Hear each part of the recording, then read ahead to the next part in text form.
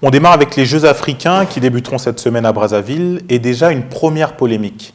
La délégation de la République démocratique du Congo, composée d'une cinquantaine de personnes, s'est vue interdire d'accès au site du tournoi. Le motif, une dette de 220 000 $ réclamée par l'Union africaine, l'instance fêtière, à l'État congolais.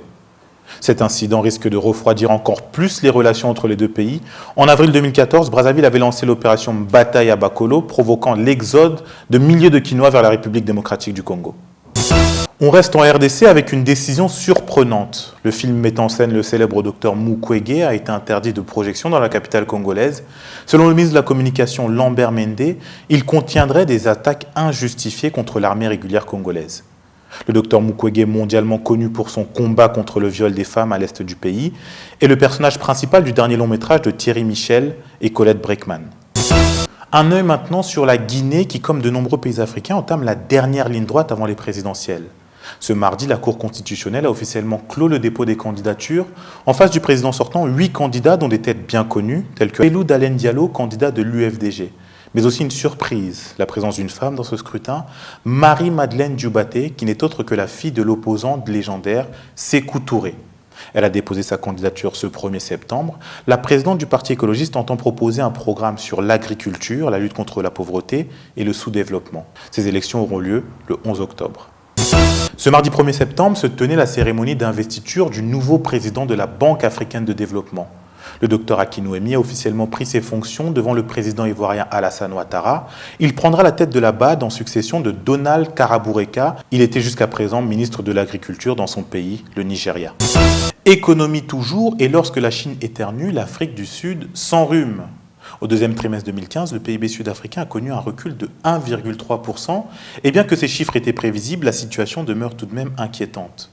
Selon Fatum Consulting, l'Afrique du Sud est l'un des pays les plus vulnérables au ralentissement de la Chine, qui concentre 12,6% des échanges commerciaux, soit 94 milliards de rands. Ces dernières années, la Chine s'est implantée massivement dans les pays africains, poussant certains spécialistes à parler de Chine-Afrique. Mais les débâcles boursières et la dévaluation du yuan risquent de fortement perturber les plans chinois dans les mois à venir.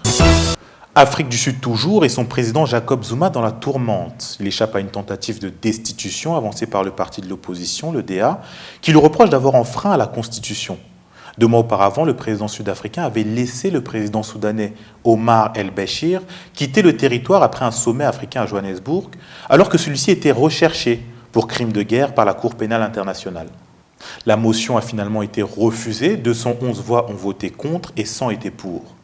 Ce n'est pas la première fois que Jacob Zuma est visé par une tentative de destitution. En mars déjà, il avait survécu à un vote de défiance. Détour en France avec une nomination surprise, c'est celle de Myriam El Khomri. Elle remplace François Rebsamen au ministère du Travail. La jeune franco-marocaine de 37 ans a connu une ascension fulgurante. Après avoir travaillé comme maire adjointe de Bertrand Delanoë à la mairie de Paris, et en tant que secrétaire chargée de la ville, elle devient la plus jeune ministre du gouvernement, où elle aura la lourde tâche d'inverser la courbe du chômage. La course à la FIFA est lancée. Suite à l'énorme scandale qui a touché l'instance dirigeante du football quelques mois plus tôt, son président Joseph Blatter a décidé de démissionner, et autant dire que les candidats à sa succession sont nombreux. En attendant la candidature probable de Michel Platini, c'est l'ancien capitaine des Super Eagles, le Nigérien Segun Odegbami, qui annonce sa candidature. À 63 ans, le Nigérien entend restaurer la confiance et l'intégrité de l'organisation. Résultat, le 26 février 2016. Voilà, nous sommes à la fin de cette édition. Je vous remercie de nous avoir suivis et à très bientôt sur Œil d'Afrique.